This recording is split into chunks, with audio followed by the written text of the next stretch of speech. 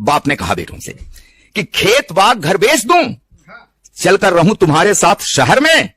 यही होता है, दोनों बेटे अगर अफसर हैं और कमा रहे हैं तो घर गांव से कोई मोह नहीं, यही राय देते हैं। तो कहा बाप ने कि खेत बाग घर बेच दूं, चलकर रहूं तुम्हारे साथ शहर में। 1 महीना छोटे के घर, 1 महीना बड़े के घर में। इतने पर भी एक ही बेटा नहीं पाल पाता। खेत बाग घर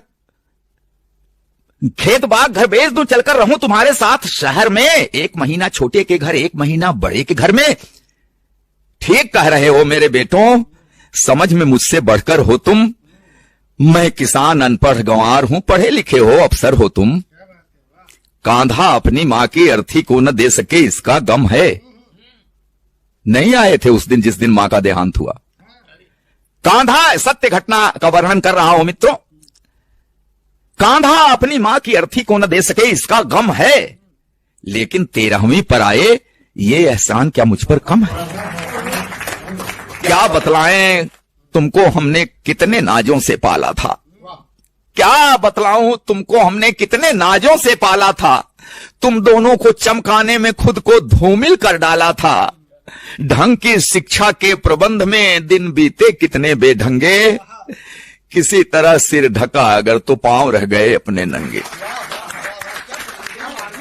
तुम्हें जिंदगी मान लिया था, तुम्हें जिंदगी मान लिया था।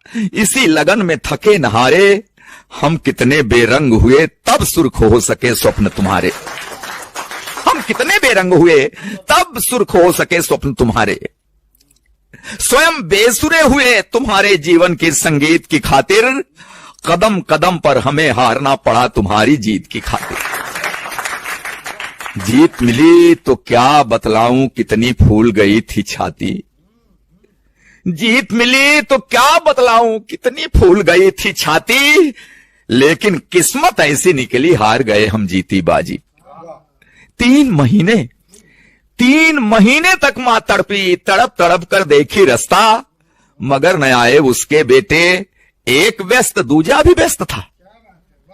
पूरी काया कान थी उसकी, हर आहट को आंक रही थी। आंखों की बेचैनी पल पल दरवाजे को झांक रही थी। बीमारी उसका क्या करती, जीने की दृढ़ता थी गहरी। लेकिन अपनेपन की टूटन शायद झेल न पाई ठठरी। मां करती रह गई